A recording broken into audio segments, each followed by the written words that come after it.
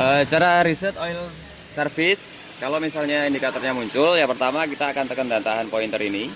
Seperti itu, tekan dan tahan seperti ini, tetap tahan, terus rem tetap diinjak ya. Kita ngidupin mobil seperti biasa. Kita starter.